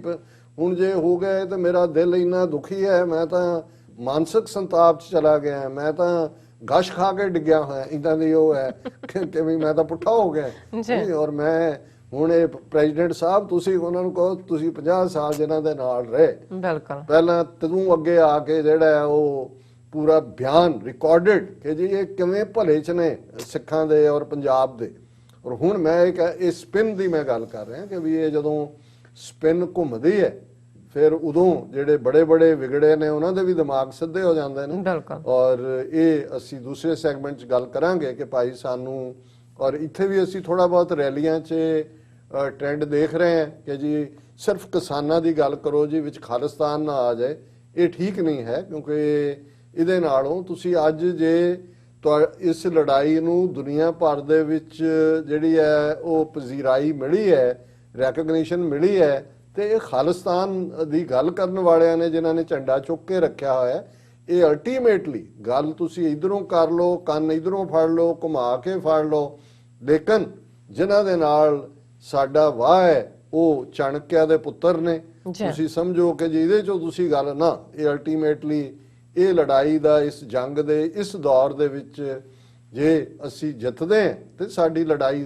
ਬਹੁਤ ਸੌਖੀ ਹੋ ਜਾਏਗੀ ਆਜ਼ਾਦੀ ਦੀ, ਖਾਲਿਸਤਾਨ ਦੀ। ਤੇ ਜੇ ਇਹ ਲੂਜ਼ ਵੀ ਕਰਕੇ ਆਉਂਦੇ ਨੇ ਜਿਹੜੀ ਦੌਰ ਦੀ ਅੱਗੇ ਹਰੀਆਂ ਪੱਗਾਂ ਵਾਲੇ ਬਿਠਾਏ ਹੋਏ ਨੇ, ਤੇ ਫਿਰ ਸੈਕੰਡ ਇਨ ਕਮਾਂਡ ਜਿਹੜੀ ਲਾਈਨ ਹੈ ਲੀਡਰਸ਼ਿਪ ਦੀ, ਯੰਗਸਟਰਸ ਦੀ। ਔਰ ਗੱਲ ਜ਼ਾਹਰ ਹੈ ਅੱਜ ਹੀ ਮੈਂ ਦੀਪ ਸਿੱਧੂ ਜਿਹੜੇ ਇੱਕ ਯੰਗਸਟਰ ਦੇ ਤੌਰ ਤੇ ਜਿਨ੍ਹਾਂ ਨੇ ਆਪਣੀ ਪਛਾਣ ਬਣਾਈ ਹੈ, ਉਹ ਇੱਕ ਟੀਵੀ ਚੈਨਲ ਨੂੰ ਇੰਟਰਵਿਊ ਦੇ ਰਿਹਾ ਸੀ, ਉਹਨਾਂ ਨੇ ਗੱਲ ਬੜੀ, ਉਹਨਾਂ ਨੇ ਕਿਹਾ ਜੀ ਤੁਸੀਂ ਕਿਵੇਂ ਬੈਰੀਕੇਡ ਟੱਪੇ ਔਰ ਕੀ ਹੋਇਆ? ਉਹਨਾਂ ਨੇ ਕਿਹਾ ਜੀ ਮੈਨੂੰ ਨਹੀਂ ਪਤਾ ਵੀ, ਉਹਨਾਂ ਨੇ ਆਪਣਾ ਦੱਸਿਆ ਉਹ, ਕਿਉਂਕਿ ਜਿਹੜੇ ਟਰੈਕਟਰ ਨੇ ਸਭ ਤੋਂ ਪਹਿਲਾਂ ਨਿਕਲ ਕੇ ਅੱਗੇ ਆਇਆ, ਉਹਦੇ 'ਚ ਕਹਿੰਦਾ ਵੀ ਮੈਂ ਤਾਂ ਉਹਦੇ ਸਾਈਡ ਤੇ ਬੈਠ ਗਿਆ। ਉਹਨਾਂ ਨੇ ਕਿਹਾ ਆ ਜਾਓ ਬਾਈ ਜੀ, ਔਰ ਕਹਿੰਦੇ ਵੀ ਉਹ ਜਿਹੜਾ ਟਰੈਕਟਰ ਸੀ ਉਹ ਟੈਂਕ ਬਣ ਗਿਆ, ਕਿ ਵੀ ਉਹਦੇ ਟਾਇਰਾਂ 'ਚ ਪਤਾ ਨਹੀਂ ਕਿੰਨੀ ਜਾਨ ਕਿੱਥੋਂ ਆਈ ਕਿ ਵੀ ਅਸੀਂ ਪੱਟਦੇ ਚਲੇ ਗਏ, ਬਾਕੀ ਤਾਂ ਜੋ ਹੋਇਆ। ਔਰ ਕਹਿੰਦੇ ਵੀ ਉਹਦੇ ਅੱਗੇ ਇੱਕ ਪਿਕਚਰ ਲੱਗੀ ਸੀ, ਉਹ ਘੁੰਮ ਰਹੀ ਸੀ, ਔਰ ਜਦੋਂ ਅਸੀਂ ਬੈਰੀਕੇਡ ਤੋੜ ਕੇ ਅੱਗੇ ਆਏ ਤੇ ਮੈਂ ਦੇਖਿਆ ਧਿਆਨ ਨਾਲ, ਤੇ ਉਹ ਪਿਕਚਰ ਸੰਤ ਭਿੰਡਰਾਂ ਵਾਲਿਆਂ ਦੀ ਸੀ। ਉਹਨੂੰ ਪਤਾ ਵੀ ਨਹੀਂ ਸੀ ਵੀ ਟਰੈਕਟਰ ਕਿਹਦਾ ਹੈ। ਸੋ ਮਤਲਬ ਹੁਣ ਇਹ ਸਿੰਬੋਲਿਜ਼ਮ ਹੈ ਕਿ ਵੀ ਜੇ ਕੁਛ ਦਰਜਨ ਸਿੰਘਾਂ ਨੇ ਜੂਨ 84 'ਚ ਵੰਗਾਰਿਆ ਸੀ, ਔਰ ਕਿਵੇਂ ਟੈਂਕਾਂ ਤੋਪਾਂ ਵਾਲੀ ਭਾਰਤੀ ਫੌਜ ਦੀ ਬਾਹਾਂ ਕਰਵਾ ਦਿੱਤੀ ਸੀ, ਤੇ ਅੱਜ ਉਹਨਾਂ ਨੂੰ ਦਿੱਲੀ ਵਾਲਿਆਂ ਨੂੰ ਇਹ ਸਮਝ ਨਹੀਂ ਆਉਂਦੀ ਕਿ ਇਹਨਾਂ ਨੇ ਕੋਈ ਜਿਹੜਾ ਡਾਇਨਾਮਾਈਟ ਨਹੀਂ ਵਰਤਿਆ ਤੋੜਨ ਲਈ। ਉਹਨਾਂ 8-8 ਫੁੱਟ ਚੌੜੇ ਸੜਕ ਪੱਟੀ ਹੋਈ ਹੈ, ਤੁਸੀਂ ਕ੍ਰੇਨ ਦੇ ਨਾਲ ਲਿਆ ਕੇ ਪੱਥਰ ਰੱਖੇ ਹੋਏ ਨੇ, ਤੇ ਉਹ ਇਹ ਗੱਲ ਰਾਜ ਕਰੇਗਾ ਖਾਲਸਾ ਤੇ ਦੇਗ ਤੇਗ ਫਤਿਹ ਤੇ ਖਾਲਿਸਤਾਨ ਜ਼ਿੰਦਾਬਾਦ ਦੇ ਨਾਰਿਆਂ ਵਾਲਿਆਂ ਨਹੀਂ ਇਹ ਕੀਤਾ। ਔਰ ਜੇ ਪਹਿਲੀ ਸਟੇਜ ਦੇ ਜਿਹੜੇ ਹੁਣ ਬੈਠੇ ਨੇ, ਔਰ ਉਹਨਾਂ ਨੇ ਇੱਕ ਅੱਗੋਂ ਪੋਲਾਈਟਨੈਸ ਦਿਖਾਈ ਹੈ ਕਿ ਉਹ ਸੈਕੰਡਰੀ ਰੋਲ 'ਚ ਬੈਠੇ ਨੇ ਕਿ ਭਾਈ ਠੀਕ ਹੈ ਤੁਸੀਂ ਕੱਢ ਲਓ ਕੁਛ ਨਾ ਕੁਛ ਜਾ ਕੇ, ਲੇਕਿਨ ਇਵੈਂਚੁਅਲੀ ਇਹ ਲੜਾਈ ਖਾਲਿਸਤਾਨ ਦੀ ਹੈ। ਔਰ ਮੈਂ ਸਮਝਦਾ ਵੀ ਇਹ ਸਾਰੇ ਚੋਂ ਸਾਨੂੰ ਅਲਟੀਮੇਟਲੀ ਜਿਨ੍ਹਾਂ ਦੇ ਨਾਲ ਸਾਡਾ ਵਾਹ ਹੈ, ਉਹਨਾਂ ਦੀ ਜਿਹੜਾ ਖਮੀਰ ਵੀ, ਔਰ ਉਹਨਾਂ ਦੀ ਔਕਾਤ ਵੀ, ਔਰ ਉਹਨਾਂ ਦੀ ਜਿਹੜੀ ਹੈ ਥਿੰਕਿੰਗ ਪੈਟਰਨ ਵੀ, ਮੋਡਸ ਆਪਰੈਂਡੀ ਵੀ, ਇਸ ਸਾਰੇ ਨੂੰ ਧਿਆਨ 'ਚ ਰੱਖਦੇ ਆ ਸਾਨੂੰ ਜਿਹੜਾ ਹੈ ਆਪਣਾ ਇੱਕ ਹੱਥ ਖੰਡੇ ਦੇ ਉੱਤੇ। ਔਰ ਠੀਕ ਹੈ ਗੱਲਬਾਤ ਤੋਂ ਭੱਜਣਾ ਨਹੀਂ ਚਾਹੀਦਾ, ਪਰ ਗੱਲਬਾਤ ਜਿਹੜੀ ਹੈ ਉਹ ਆਰ ਜਾਂ ਪਾਰ ਦੀ ਹੁੰਦੀ ਹੈ। ਵਿੱਚ ਵਿਚਾਲਾ ਜਿਹੜਾ ਭੰਬਲ ਪੂਸਾ ਹੁੰਦਾ ਹੈ, ਉਹਦੇ 'ਚ ਫਿਰ ਕਿੱਥੇ ਜਾ ਕੇ ਫਸਦੇ ਹੋ। ਇਹ ਵੀ ਕਾਇਦੇ ਆਜ਼ਮ ਨੇ ਗਾਂਧੀ ਦੇ ਕਰੈਕਟਰ ਨੂੰ ਬਿਆਨਦੇ ਆ ਇੱਕ ਜੁਮਲੇ ਦੇ ਵਿੱਚ ਗੱਲ ਕਹੀ ਸੀ, whenever Gandhi has come to meet me he has come to cheat me। ਸੋ ਉਹਦੇ 'ਚ ਹੁਣ ਕਿਵੇਂ ਕਪਟ ਕੀ ਕਰਦਾ, ਸੋ ਅਸੀਂ ਇਹੀ ਕਹਿ ਸਕਦੇ ਹਾਂ ਕਿ ਭਾਈ ਕਪਟੀਆਂ ਤੋਂ ਬਚੋ, ਔਰ ਇਹ ਜਿਹੜੀ ਵਾਰ ਆਫ ਨਰਵਸ ਤੁਹਾਨੂੰ ਥਕਾਣਾ ਚਾਹੁੰਦੇ ਨੇ, ਥੱਕੋ ਵੀ ਨਾ। ਤੇ ਹਰ ਵਾਰ ਜਿਵੇਂ ਉਹ ਕਹਿੰਦੇ ਨੇ ਕਿ ਜੀ ਤੁਹਾਡੀਆਂ 3 ਮੰਗਾਂ ਦੱਸੋ ਕੀ ਨੇ, ਕਿ ਜੀ ਸਾਡੀ ਪਹਿਲੀ ਮੰਗ ਆਜ਼ਾਦੀ, ਉਹ ਕਹੇ ਜੀ ਦੂਸਰੀ ਮੰਗ ਆਜ਼ਾਦੀ, ਤੀਸਰੀ ਮੰਗ ਹੈ ਜੀ ਆਜ਼ਾਦੀ।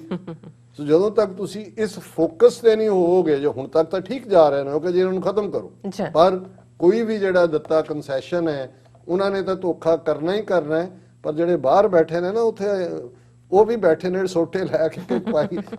ਉਹ ਐਵੇਂ ਨਹੀਂ ਕਹਿੰਦੇ ਵੀ ਨਾ ਅਸੀਂ ਤੁਹਾਡਾ ਪਾਣੀ ਵੀ ਨਹੀਂ ਪੀਣਾ। ਪਤਾ ਬਾਹਰ ਵਾਲੇ ਦੇਖਦੇ ਨੇ। ਅੱਜ ਤੱਕ ਤਾਂ ਅਸੀਂ ਇਹੀ ਕਹਿੰਦੇ ਹਾਂ ਜੀ ਸਾਡੇ ਲੀਡਰ ਗਏ ਰਸਗੁੱਲਿਆਂ 'ਚ ਹੀ ਆਪਣਾ ਸਾਰਾ ਪੰਥ ਵੇਚ ਆਏ, ਉਹ ਕਹਿੰਦਾ ਚਾਹ ਦੀ ਪਿਆਲੀ 'ਚ ਡੋਬ ਆਇਆ ਪੰਥ ਨੂੰ। ਹੁਣ ਉਹਨਾਂ ਨੇ ਬਾਹਰ ਬੈਠਿਆਂ ਨੇ ਵੀ ਡੁੱਬਣ ਵੀ ਨਹੀਂ ਦੇਣਾ। ਡੁੱਬਣ ਵੀ ਨਾ ਜੀ। ਡਾਕਟਰ ਸਾਹਿਬ ਤੁਹਾਡਾ ਬਹੁਤ ਬਹੁਤ ਸ਼ੁਕਰੀਆ, ਤੁਸੀਂ ਆਪਣੇ ਵਿਚਾਰ ਸਾਰੇ ਦਰਸ਼ਕਾਂ ਨਾਲ ਸਾਂਝੇ ਕੀਤੇ ਨੇ। ਸੋ ਇੱਥੇ ਲੈਂਦੇ ਹਾਂ ਬ੍ਰੇਕ ਤੋਂ ਪਹਿਲਾਂ ਅਸੀਂ ਆਪਣੇ ਦਰਸ਼ਕਾਂ ਤੇ ਸਰੋਤਿਆਂ ਨੂੰ ਅਪੀਲ ਤੇ ਬੇਨਤੀ ਕਰਦੀ ਹਾਂ ਵਿਊਅਰਸ, ਜਿਸ ਤਰ੍ਹਾਂ ਕਿ ਤੁਸੀਂ ਜਾਣਦੇ ਹੋ ਕਿ TV 84 ਇੱਕ ਪੰਥਕ ਚੈਨਲ ਹੈ। ਉਹ TV 84 ਪਹਿਲੇ ਦਿਨ ਤੋਂ ਹੀ ਤੁਹਾਡੇ ਪਿਆਰ ਸਦਕਾ, ਤੁਹਾਡੇ ਵਿਸ਼ਵਾਸ ਸਦਕਾ, ਤੁਹਾਡੀ ਡੋਨੇਸ਼ਨ ਸਦਕਾ ਸਾਰੀ ਦੁਨੀਆ ਦੇ ਵਿੱਚ ਦੇਖਿਆ ਜਾ ਰਿਹਾ ਹੈ। ਔਰ TV 84 ਗੁਰੂ ਨਾਨਕ ਸਾਹਿਬ ਦੇ ਜੋ ਸਾਂਝੀ ਵਾਲਤਾ ਦੇ ਫਲਸਫੇ ਨੂੰ ਸਾਰੀ ਦੁਨੀਆ ਦੇ ਵਿੱਚ ਪ੍ਰਚਾਰ ਤੇ ਪ੍ਰਸਾਰ ਰਿਹਾ ਹੈ। ਸੋ TV 84 ਤੁਹਾਡੀ ਡੋਨੇਸ਼ਨ ਦੀ ਹੱਕਦਾਰ ਹੈ। ਔਰ TV 84 ਨੂੰ ਚਲਾਉਣ ਵਾਲੀ ਮਦਰ ਆਰਗੇਨਾਈਜੇਸ਼ਨ ਗਲੋਬਲ ਸਿੱਖ ਅਫੇਅਰਸ ਮੀਡੀਆ ਇੰਕ ਇੱਕ not for profit and tax exempt organisation ਹੈ। ਔਰ ਇਸ ਨੂੰ ਦਿੱਤੀ ਗਈ ਤੁਹਾਡੇ ਦੁਆਰਾ ਇੱਕ ਪਾਈ ਜਿਹੜੀ ਹੈ ਉਹ ਟੈਕਸ ਡਿਡਕਟੇਬਲ ਹੈ। ਔਰ ਡੋਨੇਸ਼ਨ ਕਰਨ ਲਈ ਤੁਸੀਂ TV 84 ਤੇ ਜਾ ਕੇ ਜਾਂ ਫਿਰ